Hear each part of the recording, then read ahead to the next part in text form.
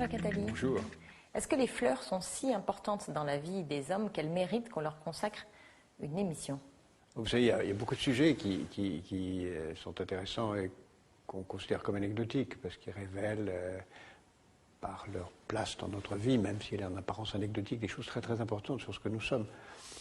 Et les fleurs font partie de ces sujets. On a traité du chocolat, on a traité d'autres sujets qui renvoient à la même idée, c'est-à-dire des choses qui sont en principe ou en apparence loin de notre environnement majeur, mais qui pour autant disent beaucoup sur ce que nous sommes. Et c'est le cas des fleurs. Nous sommes tous concernés par les fleurs?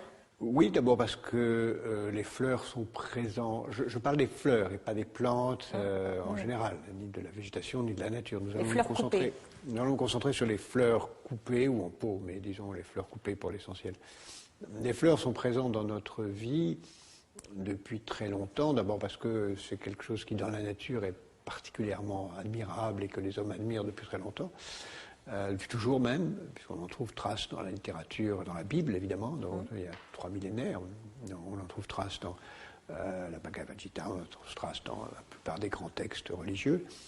Ensuite parce que c'est un fantasme absolu, puisque la fleur c'est l'organe sexuel des plantes, donc ça renvoie à beaucoup de choses liées à la sexualité.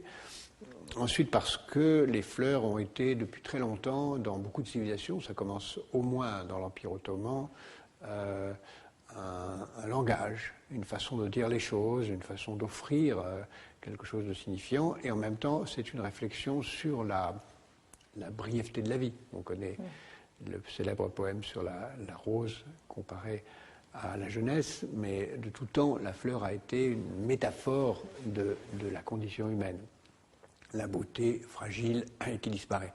Et puis tout au long des siècles, la fleur est devenue un des grands cadeaux qu'on offre pour dire quelque chose, avec d'ailleurs un premier dictionnaire à la fin du 19e siècle sur le langage des fleurs, le langage des plantes, des fleurs elles-mêmes, qui chacune d'entre elles dit quelque chose de différent. Donc, de la naissance à la mort, voilà.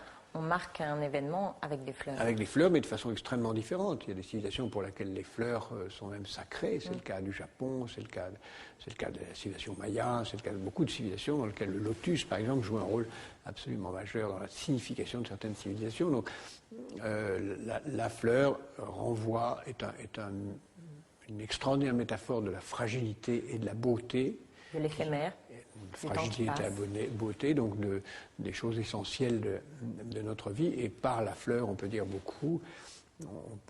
En offrant des fleurs, on offre de la beauté, mais on offre aussi de la fragilité, comme si on voulait dire notre relation est précieuse, mais elle est fragile, il faut la protéger. Donc on dit la fragilité de l'autre et de soi. On prend soin de la fleur comme on prend soin de sa relation. Voilà.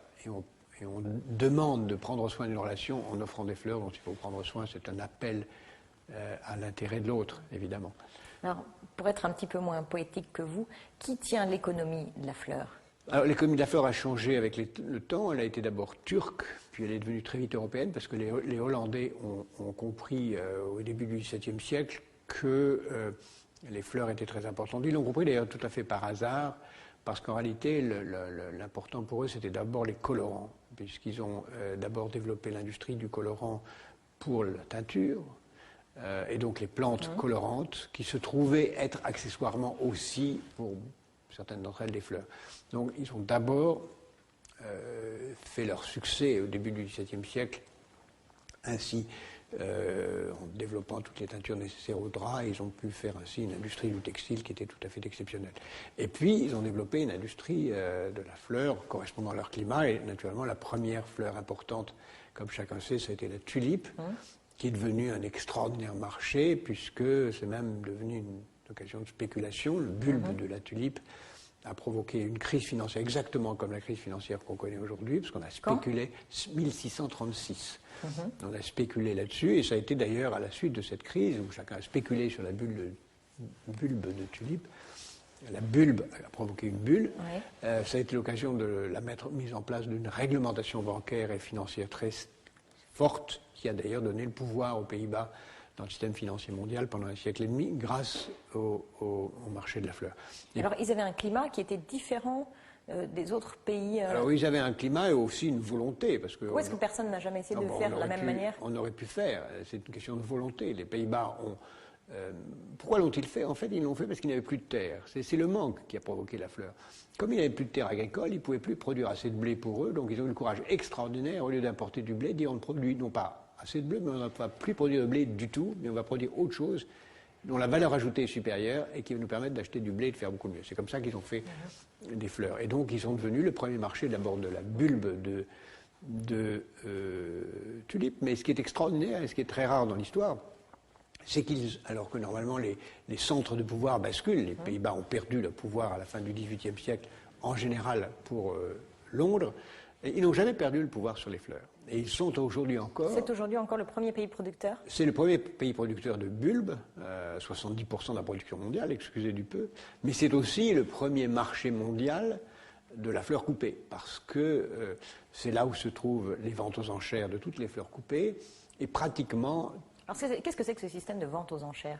Eh bien, aujourd'hui, on a un système... Pour les exportations? On a un système où, comme l'Europe reste aujourd'hui encore, ça va changer, mais le premier marché importateur de fleurs du monde, on achète des fleurs avant qu'elles ne soient coupées, en devinant l'offre et la demande, on les achète aux enchères, et on vend aux enchères à Amsterdam, en tout cas aux Pays-Bas, presque les 3/4 des fleurs qui sont vendues dans le monde, on les achète.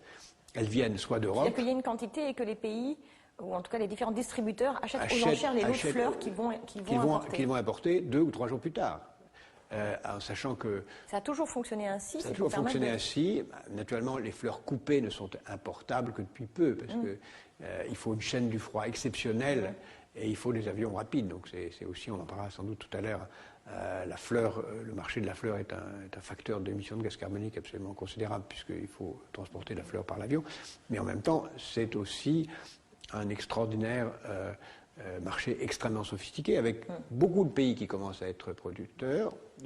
Les deux plus grands... Qui sont les principaux pays producteurs? Alors, les plus grands pays dont l'Europe se sert comme territoire... Parce que les Hollandais ne produisent que de la tulipe? Non, ils produisent d'autres choses, mais disons que l'Europe importe d'abord essentiellement d'Europe, puis heureusement l'Espagne, la France, l'Italie produisent des fleurs, qui sont d'ailleurs souvent aussi utilisées pour autre chose, en particulier pour l'essence de parfum, dont nous parlerons sans doute un jour. Mais les deux grands pays dans lesquels on va chercher des fleurs coupées aujourd'hui sont étrangement la Colombie et le Kenya. Le Kenya d'abord, qui est le premier pays dont on importe des fleurs, et la Colombie, puis d'autres, en particulier la Chine, qui sont naturellement en train d'apparaître. D'ailleurs aussi le Kenya, en raison du climat oui, dans lequel on peut faire pousser les fleurs. On peut faire pousser dans le même cas, on peut faire pousser la fleur 12 heures par jour de soleil, ce qui est plus que les 7 ou 8 heures qu'on peut avoir en Europe. Et c'est même devenu important, puisque au Kenya, ça représente la troisième industrie du pays après le tourisme et le thé. Nous avons parlé du Kenya un jour. Et c'est une fleur très importante, un instrument très important, puisqu'on estime qu'à peu près 2 millions de personnes, 7% de la population du Kenya, vit dans l'économie de la fleur. Vit de l'économie de la fleur. Et donc c'est évidemment extrêmement important, c'est 40% des importations européennes, et ça montre que même dans un pays africain dont on a souvent pensé qu'il était instable, on peut maintenir une chaîne du froid depuis la production jusqu'à l'exportation, parce qu'évidemment une fleur coupée, ça doit être extrêmement rapidement protégé, exporté, consommé, et ça indique l'extraordinaire sophistication de l'économie mondiale. Avec d'autres pays qui sont en train d'apparaître un peu partout à travers l'Afrique, le Sénégal, la Côte d'Ivoire, les régions voisines, le Ghana, etc.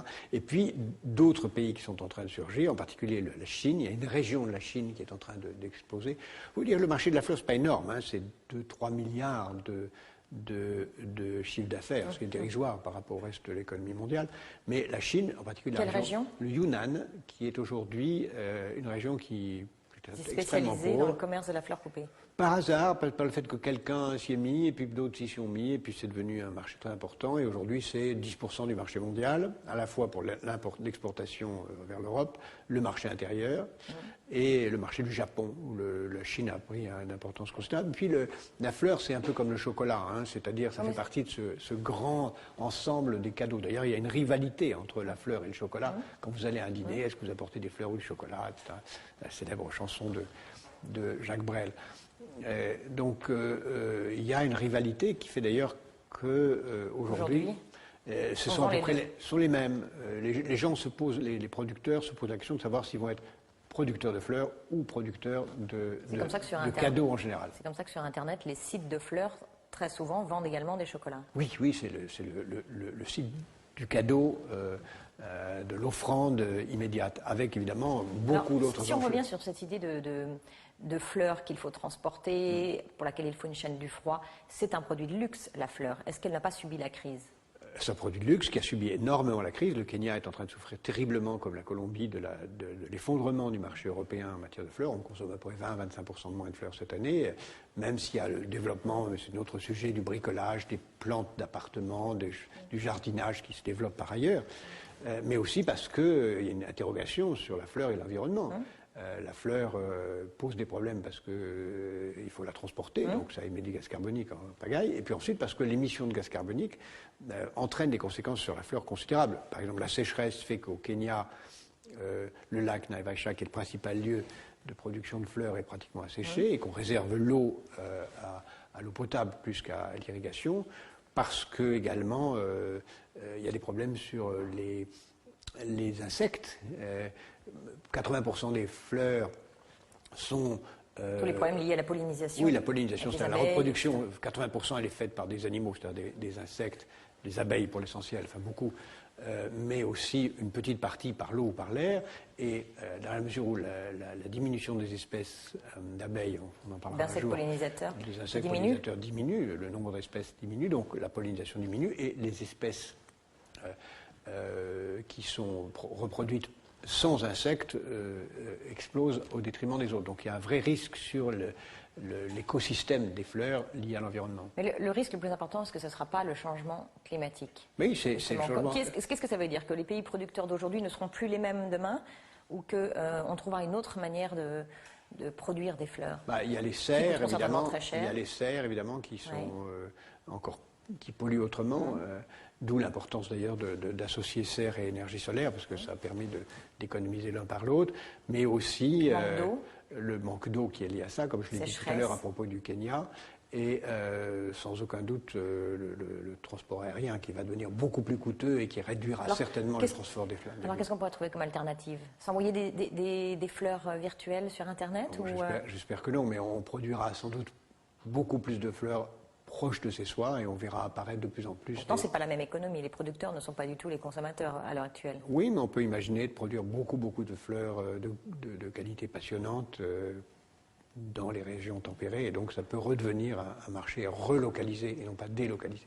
Alors pour terminer, je voudrais vous demander si vous deviez choisir une fleur pour symboliser l'avenir, en sachant que chaque fleur symbolise quelque chose. Parmi celles que je vais vous citer, laquelle choisiriez-vous? L'amaryllis, la fierté; l'iris, la joie; la jacinthe pour la constance; le lys qui est symbole de résurrection chez les Égyptiens; le magnolia qui est la force; le muguet qui est le retour du bonheur; l'œillet qui est la sincérité; l'orchidée qui symbolise la ferveur; ou alors la pivoine, la confusion, et la tulipe, l'inconstance. Je choisirais sans doute dans votre liste le lys, à cause de l'idée de la résurrection, mais je préférerais la rose, que vous n'avez pas citée, qui me paraît certainement la fleur la plus parfaite, la plus subtile, la plus complexe, et qui indique mieux l'alliance entre l'harmonie et la force, qui sont certainement les deux grandes qualités dont l'avenir aura besoin. Merci Jacques Attali, à la semaine prochaine pour une autre conversation d'avenir. Je vous invite à réagir à cette émission, à nous écrire, nous envoyer un email sur notre site internet publicsena.fr, rubrique Conversation d'avenir. Vous pourrez également consulter nos archives, revoir nos précédentes émissions, mais également podcaster celles-ci. Merci et à la semaine prochaine.